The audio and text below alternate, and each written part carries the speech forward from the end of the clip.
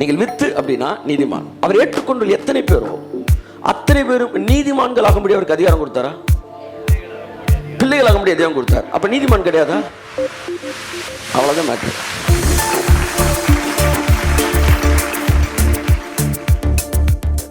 இப்ப நோவாவை பார்த்து கர்த்தர் சொல்றாரு, நோவாவுக்கோ அவ்வளோ பெரிய உலகத்துல கர்த்தருடைய கண்களில் கிருபை கிடைத்தது.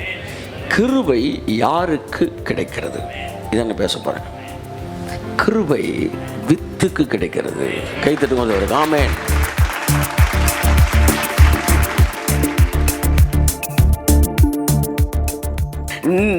நோவா பாவம் செய்யாதவனா இருந்தானே நீங்க சொல்லப்படவில்லை, அவன் நீதிமானா இருந்தான் என்பதற்கு அர்த்தம் அந்த உலகம் ஃபுல்லா அந்த சீடு கரப்டா இருந்த ஒருத்த மட்டும் அவருடைய வித்தா இருந்தான். கையை தட்டு.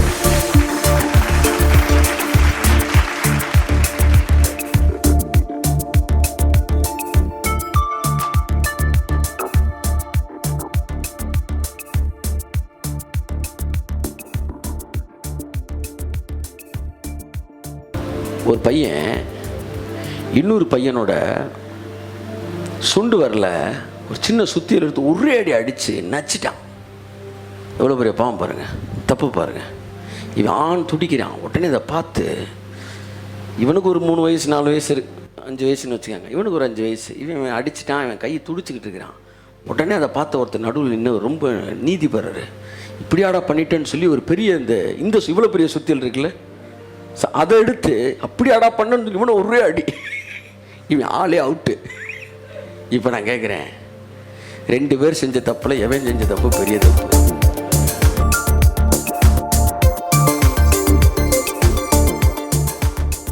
எப்ப பார்த்தாலும் கடவுள் அப்படியே குச்சோட உட்காந்துருக்க ஜட்ஜு மாதிரி பார்க்க கூடாது. என் அன்புக்குரியவர்களே, உறவின் அடிப்படையில் தேவன் இயங்கிக் கொண்டு இருக்கிறார். நீதிகள் உறவு காகிதம் எழுதி வைக்கப்பட்டது. பெற்றோர்களை பிள்ளைகள் கவனிக்க வேண்டும் முதிர்ந்த காலத்தில் என்பது, கனம் பண்ண வேண்டும் என்பது பிள்ளையின் நீதி. பிள்ளைகளுக்கு பெற்றோர்கள் சேர்த்து வைக்க வேண்டும் என்பது பெற்றோர்களின் நீதி. இடுக்கண் நேரத்தில் வந்து நிற்க வேண்டும் என்பது சகோதரனின் நீதி. தன் சிநேகிதனுக்காய் உயிரையும் கொடுக்க வேண்டும் என்பது சிநேகிதன் நீதி.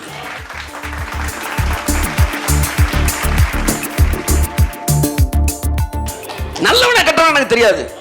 எனக்கு பிள்ளை ஆயிட்டா என் கண்ணுக்கு அவன் நீதிமான தான் தெரியும். கையை தட்டுக. வித்துல இருந்து தான் பரிசுத்தம் வருது. வித்துல இருந்து ஒவ்வொன்னா பார்த்துக்கிட்டே வரோம். இந்த வட்டம் தான் பார்க்கிறோம். வித்து என்பது தான் நீதிமான் என்பது.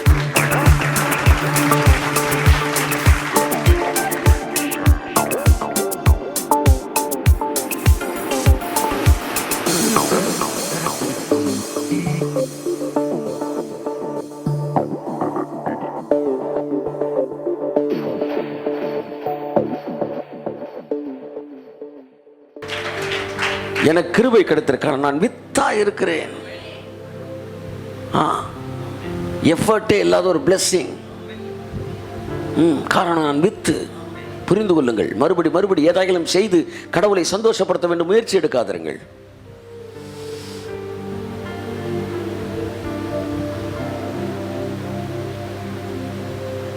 ரொம்ப போய் பேசுறவன் 2 நாள் உண்மை பேசிட்டான்னா என்ன சொல்லுவேன்? திருந்திட்டேன். இல்லப்பா, ஐ நோ ஹிம். அப்படி வரோம். நமக்கே அவன் நல்லவனாக இருந்தாலும் அவனை பற்றி ஒரு படம் இருக்குது. அப்படித்தான் நம்ம போய் நல்லவன் பிதாட்டன்னாலும் அவர் சொல்லுவார், எனக்கு ஒன்றை தெரியும் விட்டு. இப்பொழுதும் நாம் அறியப்பட்டிருக்கிறோம், நன்றாய் அறியப்பட்டிருக்கிறோம். பைபிள் சொல்லுகிறது, நாம் திரும்பி வராமல் அகலுகின்ற காற்று என்றவர் அறிவார், நாம் மண் என்று அவர் நினைவு கூறுகிறார். நம்மை வலிமை உள்ளவர்களாய் காட்ட முயற்சி எடுக்காதிருங்கள், அங்கேதான் உங்கள் தோல்வி ஆரம்பமாகிறது. புதிய ஏற்பாட்டின் செய்தி நெவர் கிவ் அப் அல்ல, கிவ் அப். புதிய ஏற்பாட்டின் செய்தி விடாதீர்கள் முயலுங்கள் என்பதல்ல, முடியவில்லை. புதிய ஏற்பாடு கிருபை என்பதே முயற்சி செய்கிறவர்களுக்கு அல்ல, முயற்சியை கைவிடுகிறவர்களுக்கு.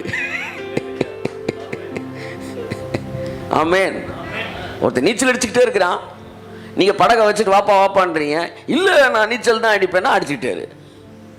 யாருக்கு அப்ப படகு? முடியல சார் பாருங்க, அவனுக்கு தான் படகு. அல்லேலூயா. அவன் உலகத்தோற்றுக்கு முன்னாடி ஆயத்தம் பண்ணப்பட்ட ரட்சண்யம். என் அன்புக்குரியவர்களே, இப்ப இந்த இடத்துல நோவாவுக்கு கிருபை கிடைத்தது. ஏன் கிருபை கிடைத்தது? அடுத்த வசனத்தை வாசிப்போம். நோவாவின் வம்ச வரலாறு. நோவாவோட வம்ச வரலாறு பாருங்க. கிருபன் ஒண்ணு எங்க வராரு, அவ்வளவுதான் மேட்ரு. வம்ச அங்கதான் இருக்கு கிருப. நான் எங்கெங்கே தேடி பார்த்தேன். இவர் இந்த இடத்துல வந்து இவர் சீடுன்னு வந்து ப்ரூவ் பண்றதுக்கு, but I did not get it. ஆனா இதுக்குள்ள போகும்போது தெளிவா கடவுள் சொல்றாரு, நோவாக்கு ஏன் கிருப கிடைச்சிச்சுன்னா, முதல் வம்ச வரலாறு சொல்றேன் கேளுன்றார். கையை தட்டு. சார் இவனுக்கு ஏன் கிருப கிடைச்சுன்னு பேசுங்க, வரலாறே கேளுறா. ஜஸ்ட் எனக்கு ஏன் கிருப கிடைச்சுன்னு நீங்க பேசுறீங்கன்னா அவர் வரலாறு தான் பேசுவார். ஆதியிலே எனக்குள்ளே அவன் இருந்தான், அதான் வரலாறு. ஆமா, நீங்க போய் முந்தா நேரத்து ஃபாஸ்டிங்க போட்ட இந்த பேச்சை பேசக்கூடாது. ஆமா, பேசக்கூடாது. அவர் வந்து ஆமா சப்புன்னு அடிச்சு வந்து கபிரியர் வெளியே அனுப்பிச்சுட்டு போயிடான். ஒருத்தன் வந்து அழுகிறான் வேகமா, ஐயா நான் திருந்துட்டேன்றான். அவன் பேர் என்ன, பார்வோன். உடனே அழுகையை பார்த்து இவனே அழுதுட்டான். யாரு, மோசே வந்து சொல்றான், ஐயா அவன் திருந்திட்டான்றான் அப்படின்றாரு. என்ன சிரிக்கிறிய அப்படின்றாரு. என்னங்க அழுகிறான்ன்றாரு.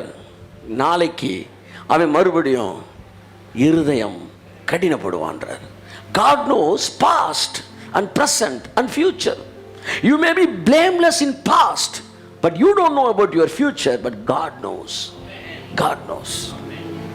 நல்ல நீதிமானான மனைவி வேணும் அப்படின்னு கேட்பாங்க, நீதிமானான கணவன் வேணும் நான் கேட்பேன், பாஸ்ட்லயா ஃபியூச்சர்லன்னு கேட்பேன். கையை தட்டு, புரிஞ்சவே மாட்டோம்.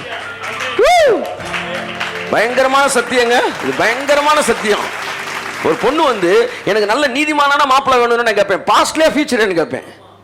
நீதிமானா பாஸ்ட் தானே, இல்லை ஃபியூச்சர்னு ஒன்று இருக்குல்ல. பாஸ்ட்ல நல்லவனா இருந்து ஃபியூச்சர்ல கெட்டவனா இருந்தா அப்படி யோசிக்கவே இல்லை நாங்க. நீங்களாம் நீதிமான்றத பாஸ்ட்டை மட்டும் வச்சு யோசிச்சுக்கிட்டு இருக்கீங்க. ஆனால் கடவுள்கிட்ட போய் கேட்டீங்கன்னா அவர் ஃபியூச்சரை பார்ப்பாரு. இல்லை பாஸ்ட்ல மட்டும் நீதிமான ஆள் போதும் அப்படின்னா கொடுத்துருவாரு. அவன் கல்யாணம் பண்ணி அடுத்த மாதத்துலேயே கூட துன்பா இருக்குன்னா மாற வாய்ப்பு இருக்கு. அப்போ ரெண்டு ஆப்ஷன், பாஸ்ட்ல கெட்டவனா இருப்பான், ஃபியூச்சர் நீதிமானா இருப்பான். இன்னொருத்தர் பாஸ்ட்ல நல்லவனா இருப்பான், ஃபியூச்சர்ல கெட்டவனா இருப்பான். இது வேணும், ஏயா பியா? புத்திசாலி பிஏ தான் ஸ்விட்ச் பண்ண. கையை தட்டுங்க. The matter is future. The important thing is future, not the past. புரியுதா உங்களுக்கு? ஆனால் தேவன் கடந்த காலம், நிகழ்காலம், எதிர்காலம் முழுவதையும் பார்க்கிறார்.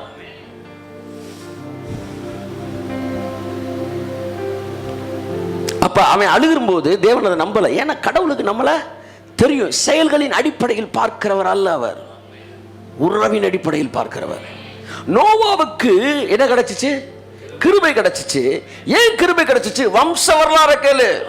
ஏனென்றால் வித்து அங்கே சம்பந்தப்பட்டிருக்கிறது. அடுத்த வசனம் வாசிப்போம், தொடர்ந்து வாசிப்போம். நோவா தன் காலத்தில் இருந்தவர்களுக்குள்ளே நீதிமானும் உத்தமனுமாயிருந்தான். நோவா தன் காலத்தில் இருந்தவர்களுக்குள்ளே நீதிமானாய் இருந்தான். அப்படின்னு என்ன அர்த்தம்? காலையில் 5 மணிக்கு எந்திரிச்சிருக்காரு, ஜெபிச்சிருக்காரு, பொய் சொல்லாம வாழ்ந்திருக்கிறாரு என்கிற அர்த்தம் அல்ல இந்த இடத்துல நீதிமான் என்பது. ஏன்னா எதை பேசிட்டு அவர் நீதிமான் சொல்றாரு? அந்த அதிகாரம் ஃபுல்லா வாசித்தீங்கன்னா வித்தை தான் பேசிக்கிட்டே வராரு. வீட்டில் போய் வாசிங்க. மனுஷ குமாரத்திகள் தேவகுமாரர்களோட சம்பந்தம் கலந்து அங்கே வேறொரு வித்து பிறக்கிறது. அந்த அதிகாரம் முழுவதும் கரப்டட் சீட்ஸ், மாசுபட்ட வித்துக்களை பேசிக்கிட்டே வந்துட்டு கடைசியில் சொல்றாரு, அந்த மாசுபட்ட வித்துக்கள் மத்தியிலே நோவா நீதிமானா இருந்தான். Kaiyathattu, Kaiyathattu. What is meant by நீதிமான்? He is the pure seed. He is the bloodline of the Jehovah. Amen. Bloodline of Jesus Christ. அவன் நீதிமான் என்பது அங்க அர்த்தம் என்னன்னா அவன் சீடுன்ற அர்த்தம். கான்டெக்ஸ்ட வச்சு படிச்சீங்கன்னா அதான் அர்த்தம். அவன் சீடு, அவ்வளவுதான். தன் காலத்துக்குள்ளே நீதிமானாய் இருந்தான் அப்படின்னா முட்களுக்குள்ளே லீலி புஷ்பம் அப்படி வருது. அதுக்குள்ளே அது மாதிரி, இதுக்குள்ளே இது. முள்ளுக்குள்ள எவ்வளவு தண்ணி ஊத்தினாலும் முள்ளாதான் வளரும். ஆனா லீலி புஷ்பம் அதுக்கு நடுவில் வளர்ற மாதிரி எல்லாருமே கரப்டட் சீடா இருந்தாங்களாம். அந்த சாப்டர் ஃபுல்லா சீடை பத்தி தான் பேசுது. என்ன வாசித்து பார்ப்போம், வாசிங்க. 6 தாம் பூமியிலே மனுஷனை, முதல் வசனம், மனுஷர் பூமியின் மேல் பெருக துவங்கி பாருங்க, பிள்ளைகள் பெருகிறார்கள். ஃபுல்லா சீடா தான் வரும் பாருங்க. பெருக துவங்கி அதை கோடு போட்டுக்காங்க, சீடை பத்தி பேசுது. அவர்களுக்கு குமாரத்திகள் பிறந்த போது, திரும்ப எங்க கோடு போடணும்? பிறந்த போது. பெருக துவங்கி சீட்ஸை பத்தியே பேசிட்டு வர்றாரு. அடுத்து தேவகுமாரர் மனுஷகுமாரத்திகளை அதிக சௌந்தரியம் உள்ளவர்கள் என்று கண்டு அவர்களுக்குள்ளே தங்களுக்கு பெண்களை தெரிந்து கொண்டார்கள். they selected women for sex. அவர்களை தங்களுக்கு தெரிந்து கொண்டார்கள். மறுபடியும் செக்ஸ், இன்டர்கோர்ஸ், சீட் இத பத்தி பேசப்படுகிறது. அடுத்து அப்பொழுது கர்த்தர், என் ஆவி என்றைக்கும் மனுஷனோட போராடுவதில்லை, அவன் மாம்சம் தானே, அவன் இருக்க போகிற நாட்கள் 120 வருஷம் என்றார். ஆமா, 120 வருஷம்னா அவன் வாழ போற வருஷம் 120 சொல்லல, அவன் இருக்க போறது 120ன்றாரு. 120னா கரெக்டா அன்னையில இருந்து கவுண்ட் பண்ணி பார்த்தா 120 வருஷத்துல உலகம் அழிய போகுது. அந்த 120 சொன்னாரு. நீங்க அதை வச்சு 120 தான் வாழ்வேன் நினைக்க கூடாது. 120 அடிச்சுட்டு மேல போயிருவீங்க நீங்க. அல்லேலூயா சொல்லுங்க. இவர் சொன்னது இன்னும் இருக்க போற 120, அதனால நான் போராட போறேன் இல்ல. ஸ்கூல் விட போகுது இன்னும் 1 மணி நேரத்துல. ஆனா பயில கத்திக்கிட்டு இருப்பான், இந்த வாத்தியார் சும்மா உட்காந்துருப்பேன் தெரியுமா, இன்னும் கொஞ்ச நேரத்துல பெல் அடிக்க போகுது, கையை தட்டு. கர்த்தர் சொல்ல, இவன் கூட ரொம்ப போராட வேண்டாம், ஏன்னா பாவம் சாக போறான் அவனுக்கு கொஞ்ச நாள்ல. இவனை போய் எதுக்கு திரும்ப திரும்ப என்ன செய்யணும், ஃபைட் பண்ணிட்டு இருக்கணும். ஏன்னா அவன் இருக்க போறது 120. எவ்வளவு லிபர்ட்டி, எவ்வளவு நம்ம மேல நம்மளுடைய மனசை புரிஞ்சு ஒரு மாதிரி மூவ் பண்றாரு பாருங்க. அடுத்து அந்நாட்களில் ராட்சசர் பூமியில் இருந்தார்கள். பின்பு தேவகுமாரர் மனுஷகுமார்த்திகளோட கூடுகிறது மீன்ஸ் என்ன? when they had sexual contact, கூடுகிறதினால் இவர்கள் அவர்களுக்கு பிள்ளைகளை பெற்றார்கள். Seed, corrupted seed. திரும்ப பாருங்க, பிள்ளைகளை பெற்றார்கள். இவர்களும் பூர்வத்தில் பெயர் பெற்ற மனுஷராகிய, இவங்களும் பாருங்க பூர்வத்தில் பெயர் பெற்ற மனுஷர்களாகிய பலவான்களானார்கள். பாத்தீங்களா, ஃபுல்லா சீடை பத்தியே பேசிட்டு வர வந்து டக்குன்னு என்ன சொல்றாரு, நோவா தன் காலத்தில் இருந்தவர்களுக்குள்ளே நீதிமானாய். கையை தட்டு. நீதிமானா ஒரிஜினல் அப்படின்னு அர்த்தம். என்ன சொல்லுங்க? இப்போ நீங்க பலாப்பழம் வாங்க போறீங்க, நல்லா கவனிங்க, புரியுற மாதிரி உங்களுக்கு சொல்றேன். நீதிமான்ற இந்த இடத்துல என்ன மீனிங் சொல்லி வாழ போகும்போது டூப்ளிகேட்டா ஒரிஜினலா? டூப்ளிகேட்னா வந்து என்னன்னா வந்து நல்ல பழம் இல்லை, சடையா இருக்கும், உள்ள என்ன இருக்காது, பழமே இருக்காது. ஒரிஜினல்னா என்ன பொருள் இருக்கும், நல்ல பெரிய பெரிய பழமாக இருக்கும் அப்படின்ற. இது சார் பியூர் நல்ல வந்து ஹைப்ரிடு ஒரிஜினல் தான் சரி வாங்கிட்டு போகிறீங்க. அப்புறம் சட்டை வாங்க போகிறீங்க. சட்டை வாங்க போகும்போது காட்டன் 100% காட்டன்னு கேட்குறீங்க. இது வந்து மிக்சடு சார், வந்து ஃபுல் காட்டன் கிடையாது, பட் இது ஒரிஜினல் அப்படின்றாங்க. ஒரிஜினல்னா என்ன, உள்ள பலாப்பழமாக இருக்குன்னு அர்த்தமா? அங்கே பலாப்பழம் வாங்கும்போது அதுதானே ஒரிஜினல் நாயே, பெரிய பெரிய பழமாக இருக்கும் நாயில. நீங்கள் சட்டை வாங்கும்போது ஒன்று ஒரிஜினல்னா அதுக்கு என்ன அர்த்தம்? சட்டை தான் உள்ள பழமாக இருக்குன்னு அர்த்தமா? இல்லை, இங்கே ஒரிஜினல்ன்றதுக்கு மீனிங்க வேற, அங்கே ஒரிஜினல்ன்றதுக்கு மீனிங். நீங்கள் பேனா வாங்க போறீங்க, இது ஒரிஜினல்ன்றதுக்கு மீனிங் இங்கே விடாமல் எழுதுன்னு அர்த்தம். அது வந்து கூலாக இருக்குன்னு அர்த்தம், சட்டை போட்டால். இது ருசியாக இருக்குன்னு அர்த்தம். ஒவ்வொரு இடத்துலையும் ஒரிஜினலுக்கு வேற வேற மீனிங் வருது. நீதிமான் என்பதற்கு இங்கே அர்த்தம் அவன் வந்து கரப்ட் ஆகாத சீடு. ஆமென். அவனுடைய சீடு என்ன ஆகல, கரப்ட் ஆகல, அதுதான் அவன் நீதி. அதான் சொல்ல வரேன். நோவா பாவம் செய்யாதவனா இருந்தானே நீங்க சொல்லப்படவில்லை, அவன் நீதிமானா இருந்தான் என்பதற்கு அர்த்தம் அந்த உலகம் ஃபுல்லா அந்த சீடு கரப்டா இருந்தப்ப ஒருத்த மட்டும் அவருடைய வித்தா இருந்தான். கையை தட்டு. நீ தேவனுடைய வித்து, அதுதான் சொத்து. ஆமென். அதை புரிந்து கொள்ளுங்கள், அதன் அடிப்படையிலே இருங்கள். நான் அவருடைய பிள்ளை. தேவனால் பிறந்த எவனும் பாவத்தில் நிலைத்து நில்லான். he will not continue in sin. பாவத்தை தொடர்ந்து செய்ய மாட்டான். பிகாஸ் அவனுக்குள்ளே தேவனுடைய வித்து இருக்கிறது. அவன் சீடு, அவனுக்குள்ள தேவனுடைய வித்து இருக்கிறது. இங்க நோவாவுக்கு ஏன் கிருபை கிடைச்சிச்சுன்னா அவன் வித்தா இருந்தான். நமக்கு ஏன் கிருபை கிடைச்சிருக்குன்னா நம்ம அவரோட வித்தா இருக்கிறோம். ஆமென். அவரை ஏற்றுக்கொண்டவர்கள் எத்தனை பேரோ அத்தனை பேரும் அவருக்கு வித்தாகும்படி அவர்களுக்கு அதிகாரம் கொடுத்தார். இன்னும் வேறு விதமாய் சொல்ல வேண்டும் என்றால், இயேசுவை ஏற்றுக்கொண்டதினால் நீங்கள் வித்தாகவில்லை, நீங்கள் வித்தா இருந்ததினால் இயேசுவை ஏற்றுக்கொண்டீர்கள். கை தட்டுங்க எல்லாரும், சத்தமா அல்லேலூயா சொல்லுங்க, சத்தமா கை தட்டுங்க.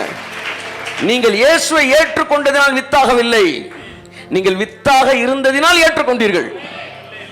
எத்தனை பேர் இயேசு ஏற்றுக்கொண்டீங்க? 10 பேர் போன பாருங்க. ஆனா வித்து மட்டும்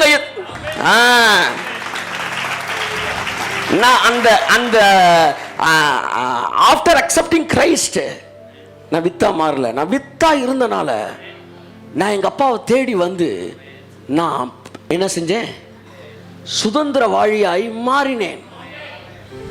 நான் அடாப்டட் சன் தான், இல்லைன்னு சொல்லல. ஆனா யார் அடாப்ட் பண்ணாரு? சொந்த பிள்ளை தான் அடாப்ட் பண்ணாரு.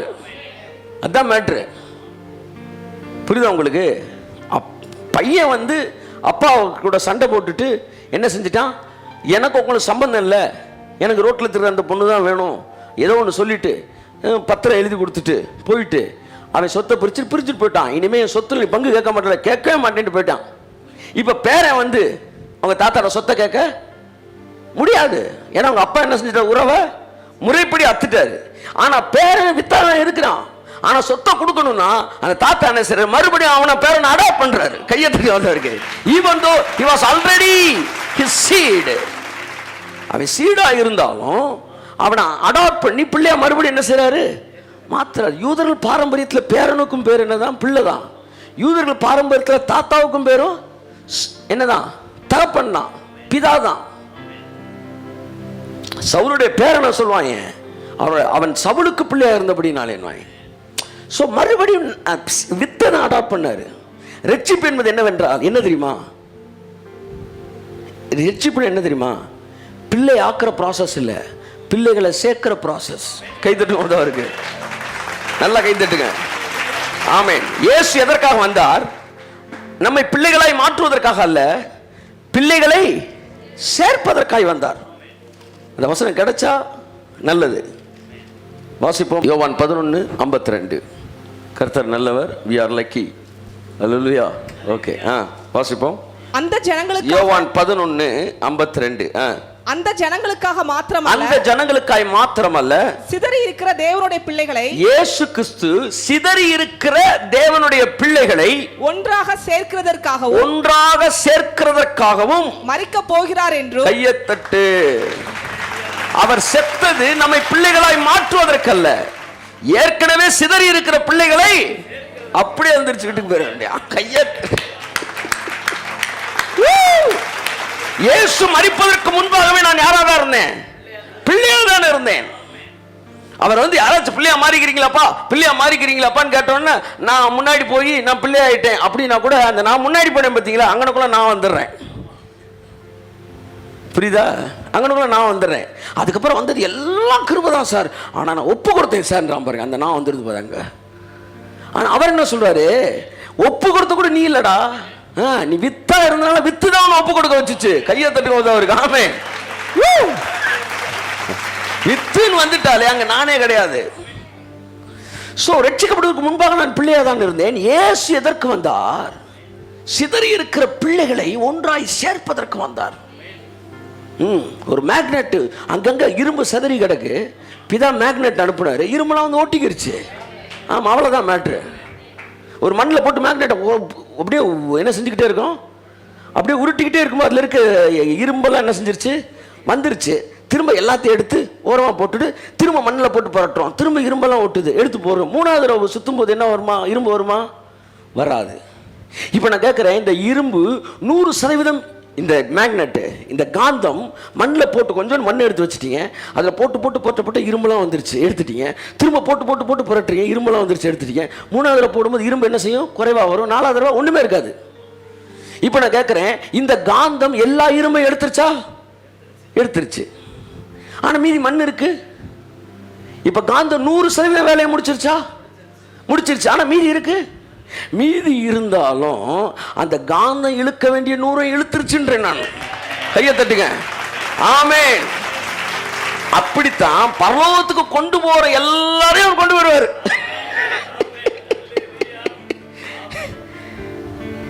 ஆமென், ஆமென், ஆமென். மீதி இருந்தாலும் அவருக்கு 100 மார்க் தான். ஏன்னா யாருக்கு வந்தாரோ, ஆப்ஷனில் 12 கொஸ்டின் கேட்குறீங்க, 10 கொஸ்டின் எழுதுறாம 10 தான் எழுதுனேன், மீதி 2 எழுதலை, ஆனாலும் 100 மார்க் நான். அதுதான் அவர் யாருக்கு வந்தாரோ அதில் ஒருத்தன் கூட மிஸ் ஆக மாட்டான். காரணம், அவர் வித்துக்காய் வந்தார், வித்துகளை சேர்த்தார், சிதறி இருக்கிற பிள்ளைகளை சேர்க்கும்படிக்கு பூமிக்கு வந்தார். அவர்களுக்கு தேவன் கிருபை கொடுத்தார். நோவாவுக்கு ஏன் தேவன் கிருபை கொடுத்தார் என்றால், அவன் தேவனுடைய வித்தாய் இருந்தான். தன் காலத்தில் இருந்தவர்களுக்குள்ளே அவனுடைய வித்து சுத்தமான வித்தாய் இருந்தது. அது தேவன் வைத்திருந்த அந்த கிறிஸ்துவுக்குள்ளே இணைக்கப்பட்ட ஒரு இரத்த ஒரு உறவு அவனுக்குள்ள இருந்தது. இப்ப நீதி நம்ம புரிஞ்சிருச்சா? நீதினா இதுதான் நீதி. என்ன நீதி? அப்பா தான் சொத்தை கொடுக்கிறதுக்கு ஒரு பிள்ளைக்கான உறவு. டேக்ஸ் எழுதுறாரு, அந்த blood line from Adam to Christ. பழைய ஏற்பாட்டோட வேலை அதான். உன் வித்துக்கும் அவள் வித்துக்கும். The promise above all promise. Genesis book வியாக்கியானத்தில் எழுதிருந்தோம். இன்னைக்கு போய் ஒருத்தருடைய செய்தியை கேட்டேன். பார்க்கும்போது அதே ஸ்டேட்மெண்ட் அவர் சொன்னார், the promise above all promise. என்ன தெரியுமா? உன் வித்துக்கும் அவள் வித்துக்கும் பகை உண்டாக்குவேன், அவர் உன் தலையை நசுக்குவார். ஆமென். நான் பிதாவின் வித்து, இயேசு வித்து. என்னால் அவன் ஜெயிக்க முடியாதப்ப இந்த வித்து அவர் தலையை நசுக்குது. ஏன்னா இடுக்கணில் உதவவே சகோதரன் கையை தட்டு உதவருக்கு. ஆமென். இந்த வித்துக்கு ஆமா பிசாசு கேட்கிற, நீங்க எதுக்கு வரீங்க? He is my brother. அதோட முடியுது படம். ஸோ எல்லாமே சீட் பேஸ்டு. அப்போ அங்கேருந்து அந்த வித்து ஸ்டார்ட் ஆகுது. அப்போ அவள் வித்துக்கு உன் வித்துக்கு பகை உண்டாக்கும் என்று சொன்ன போது டேக்ஸ் என்ன எழுதுறாருன்னா, அவள் வித்துன்னு என்ன நினைச்சிட்டான்? ஆபேல தான் நினைச்சிட்டான் பிசாசு. ஆகா, இவன் தான் நம்ம தலையை நசுக்க போறான்னு சொல்லி உடனே ஆபேல கொண்டுட்டான். யாரை வச்சு? கைனை வச்சு. ஆனா அந்த பிளட் லைன் அவன் கட் பண்ண பார்த்தான். ஆனா தேவன் விடல, மறுபடியும் சேர்த்து பிறந்தான். ஆமா, சேற்றில் இருந்தவர்களை தூக்குவதற்கு, சேத்திலிருந்து நம்மளை தூக்குறதுக்கு சேத்தை பிறக்க வச்சு அவன்லேருந்து ஒரு பிளட் லைன் அப்படியே கொண்டு வராரு. அப்போ சொல்கிறாரு, மற்றவங்களோட சம்பந்தங்களுக்காக ஏன் சொல்லிக்கிட்டே இருக்காருன்னா, அந்த பிளட் லைனு கரெக்டாக மாறணும். அந்த பிளட் லைனில் பிசாசுடைய பிள்ளைகள் கனெக்ட் ஆகிட்டாங்கன்னா இதை பிடிச்சி இழுக்கும்போது அதுவும் சேர்ந்தே என்ன செஞ்சிடும்? பரலோகத்தில் என்ட்ரு ஆகக்கூடாது. ஆமாம், அதனால் கரெக்ட் பிளட் லைனை கொண்டு கிரைஸ்ட்டு முடிக்கிறார் பாருங்க. கிரைஸ்ட் பறக்கிறார்ல, அங்கே பிதாவோட பிளான் சக்ஸஸ் ஆயிருச்சு, முடிஞ்சிருச்சு. அதுதான் உன்னதத்திலே ஆமா மிகுந்த சந்தோஷம் உண்டாயிட்டு, பூமியில மிகுந்த சந்தோஷம் உண்டாய். காரணம், இயேசு பிறந்துட்டார்னாலே முடிஞ்சிருச்சு. வித்த கொண்டு என்ன பிளட் லைனை கரெக்டாக கொண்டு வந்துட்டு அதற்கு பிற்பாடு எல்லாமே சக்சஸ்ஃபுல் நடந்துச்சு. அப்ப இந்த பிளட் லைன், அந்த சீடு, அதை வச்சுதான் நோவா பார்த்து சொல்றாரு, அவன் என்னவா இருந்தான்? நீதிமானாக இருந்தான். அவ்வளவுதான். ஸோ என் அன்புக்குரியவர்களே,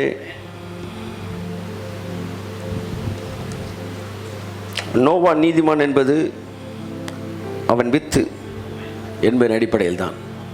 அப்போ தாம் பிள்ளையை அவர் காப்பாற்றணும்னு நினைக்கிறார். அவன் நல்லவன் கெட்டவன்ற அடுத்த விஷயம். தாம் பிள்ளையை அவர் காப்பாற்ற. நீங்கள் பாருங்கள், அவர் நீதியுள்ள தேவன், இவங்க நீதினா வேற மாதிரி நினச்சிட்டாங்க. தேவன் நீதி உள்ளவர்னா ஒட்டுமொத்தம் அம்பிட்டு பேரும் போட்டு தாக்கி இருக்கணுங்க. அவர் சொல்கிறாரு, நான் நீதி தாண்டா செய்கிறேன். என்ன நீதியை செய்கிறேன்? அப்பான்ற நீதியை செய்கிறேன். ஒவ்வொருவனுக்கும் ஒரு நீதி இருக்குது, அந்த நீதியை தான் செய்ய முடியும். புரியுதா உங்களுக்கு? ஒருத்தன் தப்பு பண்ணுறான்னா நான் போய் கம்ப்ளைண்ட் கொடுக்குறான் ஒருத்தன், இன்னொருத்தன், அது நீதி. போலீஸ்காரன் அவனை அடிக்கிறான், அது அவன் நீதி. ஜட்ஜு வக்கீல் வாதாடுறான், அது அவன் நீதி. ஜட்ஜு ஜட்ஜ்மெண்ட் கொடுக்குறது அவர் நீதி. ஜட்ஜு இறங்கி சப்புன்னு அறையிறாரு அவனை. யார? கூண்டு நிற்கிற குற்றவாளியை அறையலாமா?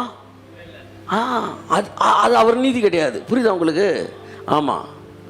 ஒன்று வக்கீல் என்ன செய்கிறாரு? ஆமாம் சார், இவர் தான் சார் குற்றவாளின்றார் அவர் வக்கீலே. அடப்பா, இதுக்காட அவனை வச்சிருந்தேன். இவன் நீதி என்ன? இவனை என்ன செய்யணும்? காப்பாற்றணும், வழக்காடணும். அதான் இவனோட நீதி. ஒவ்வொருத்தனுக்கும் ஒரு நீதி இருக்கு, அதைத்தான் நீ செய்ய முடியும். இவர் சொல்ற, நான் அப்பாடா, ஏன் நீதியை தான் நான் செய்ய முடியும். நான் என் பிள்ளைகளை காப்பாற்றினா என் நீதி. ஆமென். என் பிள்ளைய பார்த்தா அவன் எப்படி இருந்தாலும் அப்பாவுக்கு தன் பிள்ளைய அப்பாவுக்கு தன் பிள்ளைய காப்பாற்றணும், அவ்வளவுதான் நீதி.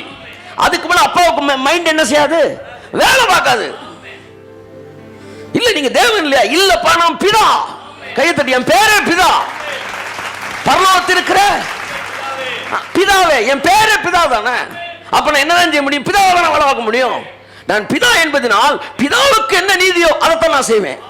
பெற்றோர்கள் பிள்ளைக்கு சேர்த்து வைக்கணும், பிதாவுக்கு நீதி இருக்குல்ல, அதை நான் உனக்கு சேர்த்து வச்சேன். ஆமென்.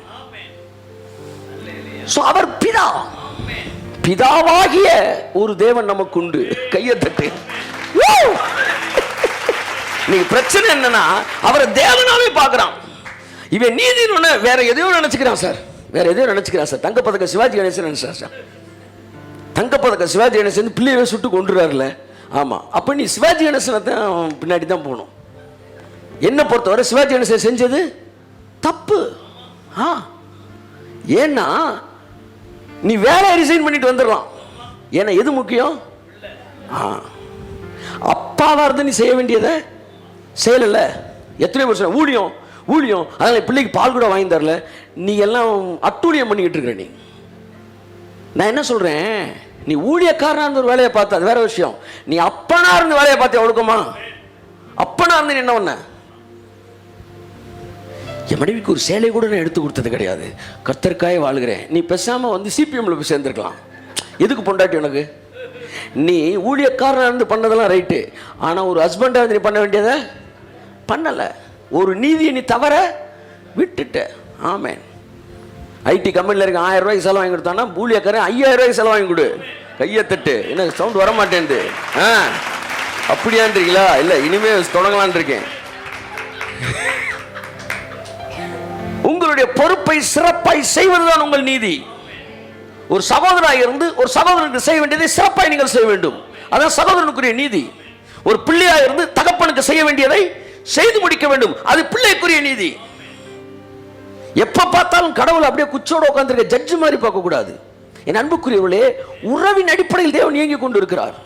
நீதிகள் உறவுக்காய் தான் எழுதி வைக்கப்பட்டது. பெற்றோர்களை பிள்ளைகள் கவனிக்க வேண்டும் முதிர்ந்த காலத்தில் என்பது, கனம் பண்ண வேண்டும் என்பது பிள்ளையின் நீதி. பிள்ளைகளுக்கு பெற்றோர்கள் சேர்த்து வைக்க வேண்டும் என்பது பெற்றோர்களின் நீதி. இடுக்கண் நேரத்தில் வந்து நிற்க வேண்டும் என்பது சகோதரனின் நீதி. தன் சிநேகிதனுக்காய் உயிரையும் கொடுக்க வேண்டும் என்பது சிநேகிதன் நீதி. அவன் நீதியை நிறைவேற்ற வேண்டும். இவர் பிதாவாய் இருக்கிறபடினால் இவர் பிதாவின் நீதியை நிறைவேற்றுகிறார்.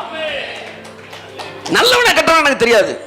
எனக்கு பிள்ளை ஆயிட்டா என் கண்ணுக்கு அவன் நீதிமான தான் தெரியும். கையை தட்டுங்க. அப்படியே கண்ணு மூடி ஜெபம் பண்ணிட்டு, ஆமா இந்த வரி அழியாம வீட்டுக்கு போயிருங்க. ஏசுனா